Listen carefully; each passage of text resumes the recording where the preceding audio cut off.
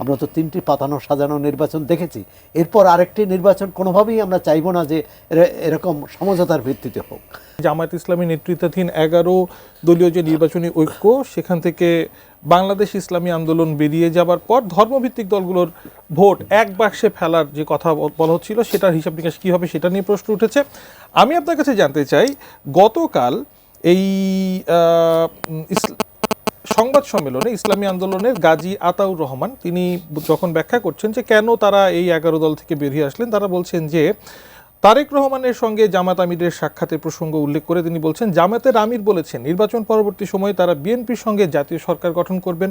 আমাদের শঙ্কা হলো এখানে নির্বাচনের আগেই যেহেতু একটা সমঝোতা সমন্বয় প্রতিদ্বন্দ্বী দলের সঙ্গে হয়ে যাচ্ছে, তাহলে নির্বাচনটা আসলে পাতানো নির্বাচন হবে কিনা, এটা ইলেকশন হবে নাকি সিলেকশন হবে, সেই শঙ্কাও তারা দেখছেন।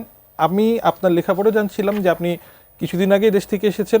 প্রবাসীরা অনেকে উদ্বিগ্ন ভোট হবে কিনা, ভোট আসলে কেমন হবে আর কোন ধরনের ভোট হচ্ছে, কোন ধরনের সেটা নির্বাচন কমিশনের কাছে জিজ্ঞেস করতে হবে। আপনি কি দেখলেন আর কি দেখছেন? না, বাইরে যারা প্রথমে অনেকে উদ্বেগ প্রকাশ করেছিলেন যে নির্বাচন হবে কিনা, যখন তারেক রহমান ফিরে আসলেন এবং নির্বাচনের পক্ষে একটা জনমত তৈরি হয়েছে, নির্বাচন কমিশনের প্রস্তুতি, সরকারের প্রস্তুতি সব মিলে তারা ধরে নিয়েছে নির্বাচন হবে। এবং বিএনপির অনেক নেতা প্রবাসে যারা আছেন, আমি অস্ট্রেলিয়ার কথা বলছি, তারা অনেকে ইতিমধ্যে দেশে আসছেন, দেশে নিজ নিজ এলাকায় তারা তার দলীয় প্রার্থীর পক্ষে কাজ করার জন্যে। এটি হচ্ছে একেবারেই ব্যক্তিগত পর্যায়ে। কিন্তু নির্বাচন যেটি ইসলামী আন্দোলনের নেতা বলেছেন যে পাতানো নির্বাচন হয় কিনা, সাজানো নির্বাচন হয় কিনা, আমরা তো 3টি পাতানো সাজানো নির্বাচন দেখেছি। এরপর আরেকটি নির্বাচন কোনোভাবেই আমরা চাইবো না যে এরকম সমঝোতার ভিত্তিতে হোক। কিন্তু এখানে এটা তো একটি উদাহরণ, মানে একটি কারণ বলেছেন। মূল কারণ হচ্ছে জামাত ইসলামী এবং ইসলামী আন্দোলনের মধ্যে রাজনৈতিক মতপার্থক্য, দৃষ্টিভঙ্গিগত পার্থক্য। দুটোই যদি ইসলামী দল, কিন্তু তাদের মধ্যে চিন্তা চেতনা দর্শনের ভিন্নতা আছে।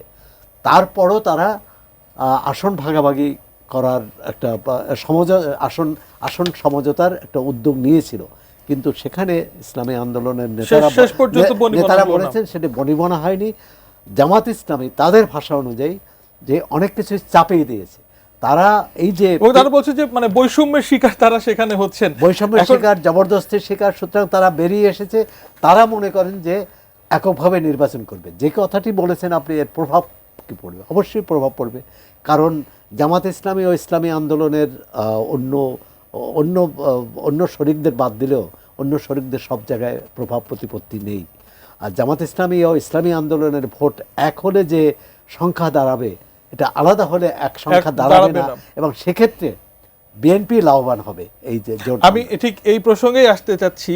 পাপিয়া পাপ, মানে সৌরভ ভাই বলছেন যে জামাতে ইসলামী এবং ইসলামী ঐক্যজোটের মধ্যকার যেই এখনকার আপাত দৃষ্টিতে বিরোধ, সেটাতে বিএনপি পরোক্ষভাবে লাভবান হবে। কিন্তু ঐতিহাসিকভাবে আমরা দেখে এসেছি ধর্মভিত্তিক দলগুলোর একটা বড় অংশের ব্যালট পড়েছে বিএনপির পক্ষে। এই মুহূর্তে সবচাইতে বড় যে ধর্মভিত্তিক জোট, সেটার মুখোমুখি হতে হচ্ছে বিএনপিকে। এটা কি একটা নতুন চ্যালেঞ্জ, নতুন একটা বাস্তবতা? এটা আমার ব্যক্তিগত ওপিনিয়ন হচ্ছে যে বাংলাদেশে ইসলামিক দল বলে কোনো দল নাই। ইসলামিক ব্যক্তি আছে, যেমন চরমোহনায় উনি পীর সাহেব, উনি ইসলামিক চিন্তা চেতনা নিয়ে ওনার মুরিদদেরকে উনি ওনার জ্ঞান চর্চা বিকশিত লাভ করেন। জামাতে ইসলাম, জামাত কোনো ইসলামিক কেউ না। ওনারা ইসলামকে অপব্যবহার করে রাজনৈতিক শক্তি এবং রাজনৈতিকভাবে ফায়দা লুটার জন্য। ঠিক আছে? আর এখানে বাংলাদেশের ইসলামী শিক্ষার যে একবারে মূল স্তম্ভ যেটা কওমি, এখানেই প্রকৃত ইসলাম চর্চা এবং ইসলাম শিক্ষাটা হয়। তো এই ইসলাম শিক্ষাটা আমাদের মুসলমানদের প্রকৃত ইসলামের যে চিত্রটা, সেটা আমরা এখান থেকে পাই।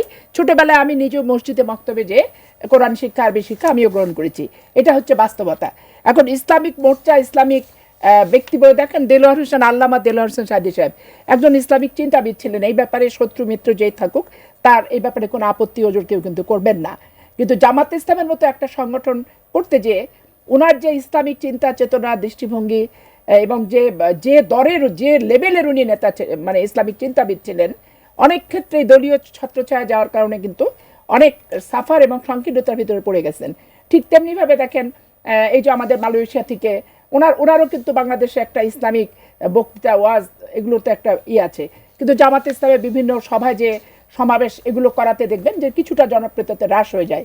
ইসলামিক চিন্তাবিদদেরকে অরাজনৈতিকভাবেই মানুষ দেখে জামাত অভ্যস্ত। ইসলামের নেতৃত্বে যে এখন 10 দলীয় ঐক্যের নির্বাচনী ঐক্য সমঝোতার কথা বলা হচ্ছে, এটা বিএনপি মানে ভোটের হিসাবে এই সমীকরণটা বিএনপি কিভাবে দেখছে? আচ্ছা, ভোটের হিসাবে এখন যার যার সাথে নির্বাচনী জোট হিসাব নিকাশে মিলবে সে তার সাথে করবে, আচ্ছা। এটা হচ্ছে আমার সিম্পল হিসাব। Okay. এখন যার যেখানে মিলবে না, বিএনপি জোট করতেও বলেনি, ভাঙতেও বলেনি।